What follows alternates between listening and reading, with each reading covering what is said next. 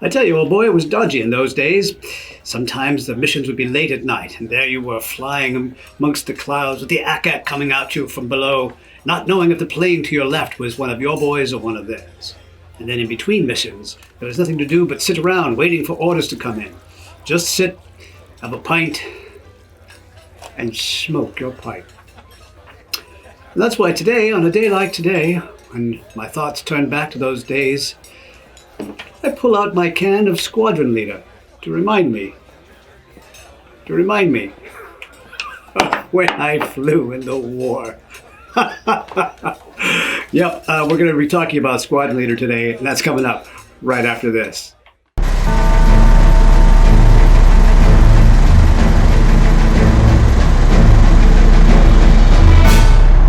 Hi everybody, it's David Dorian Ross here, the founder of the Virtual Pipe Club, and this is the Virtual Pipe Club on YouTube. And if you haven't been here before, here's what we do here.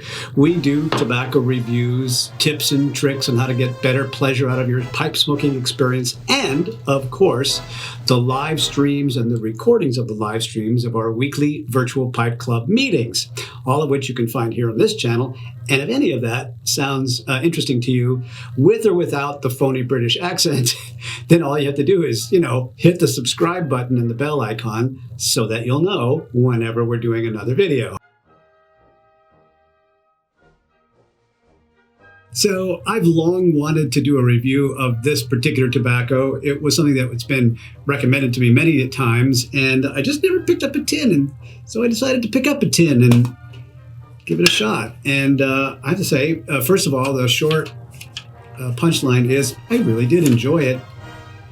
It is an English blend, although what we might consider to be a mild English. And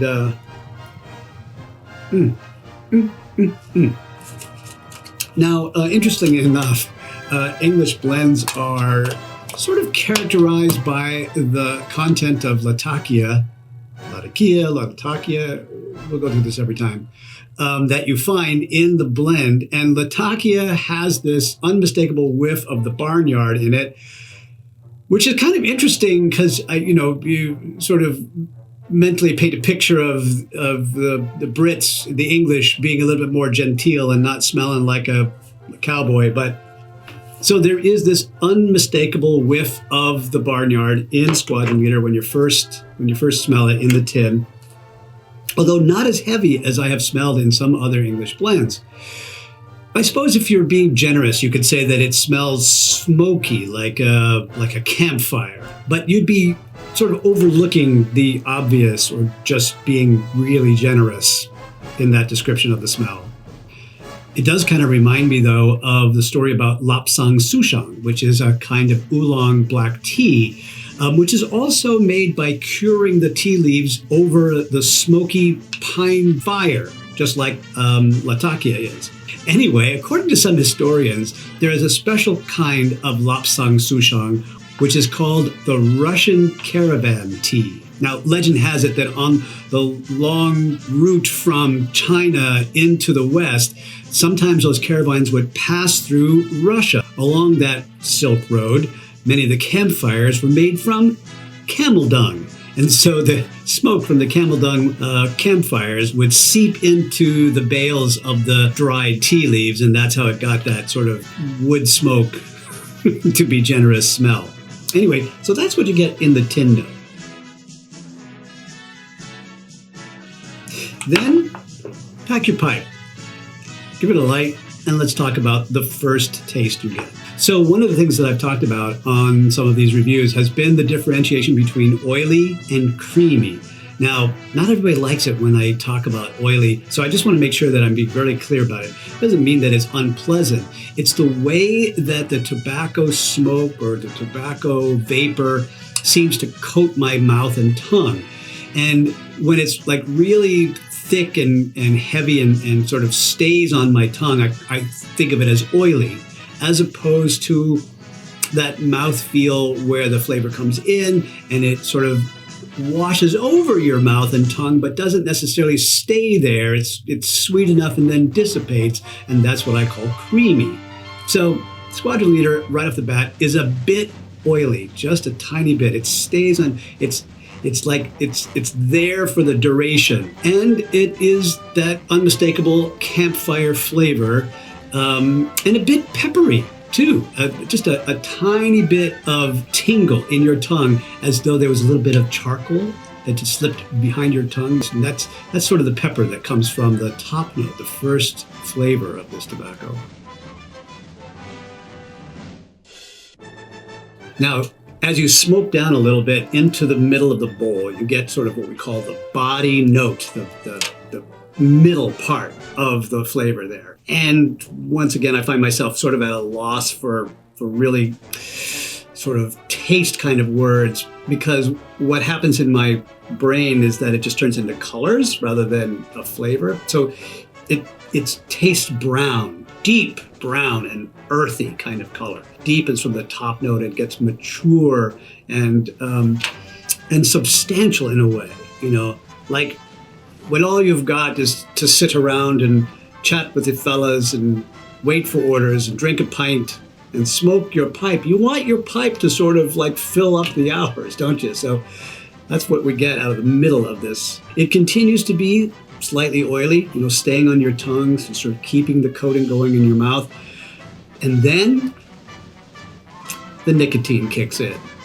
There is a nicotine hit in Squadron Leader. I don't want to fool you at all. And for me to feel the sort of the nic hit, I think it's a bit heavy, because I have a tendency to be a little bit tolerant, I guess, of nicotine in my tobacco. So if I'm feeling it, it may be a surprise to you, because in the top note, in the first part of the pipe, you don't get that. It seems to be just kind of very mild and pleasant. And then halfway through, it's just pow, snuck up on me.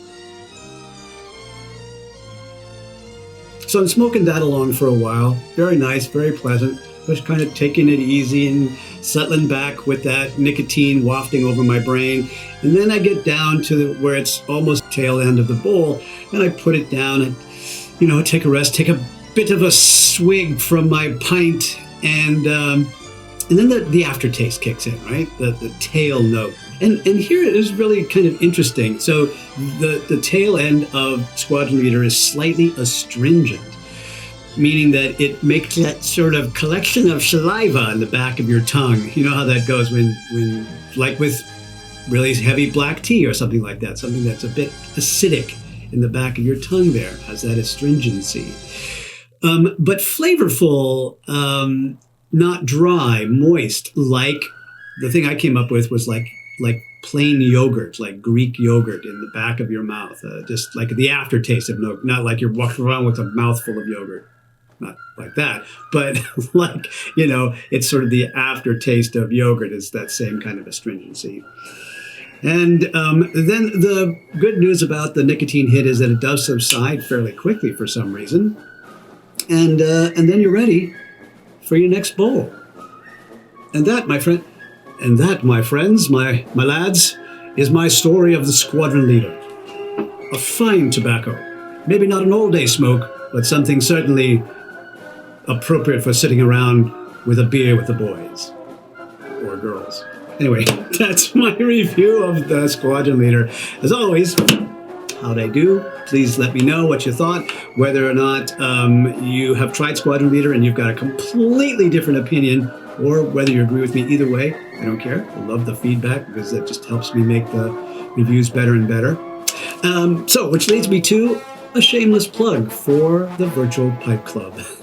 So the Virtual Pipe Club is an international group of men and women from all different walks of life who gather together on a weekly basis to share their love of this hobby of premium pipe tobacco and different kinds of pipes to smoke.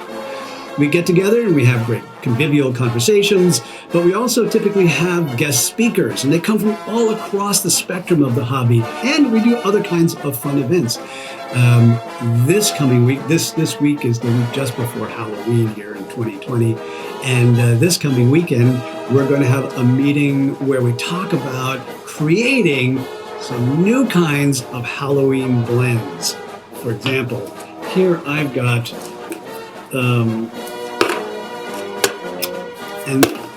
and So to Bed, and I'm going to be mixing it with Dreams of Kadath. Focusing there. but I'm sure it's going to have something to do with nightmares.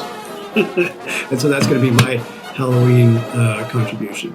Anyway, we typically get together at 2 p.m. Eastern Time, go for a couple hours at 7 p.m. London time, and we'd always love to have you come and join us. We live stream directly to YouTube, and so if you can't make it into the Zoom room, you can watch us on YouTube, but you could also come in live, be a part of the crew, be a part of the conversation, ask questions directly from our guest speakers, and meet some interesting celebrities, person to person. Anyway, that's my plug. Thanks for being here. It's so good to see you. I missed you. It's been a minute since we did one of these. If you haven't already done so, remember to hit the subscribe button, and I'll see you on the next video.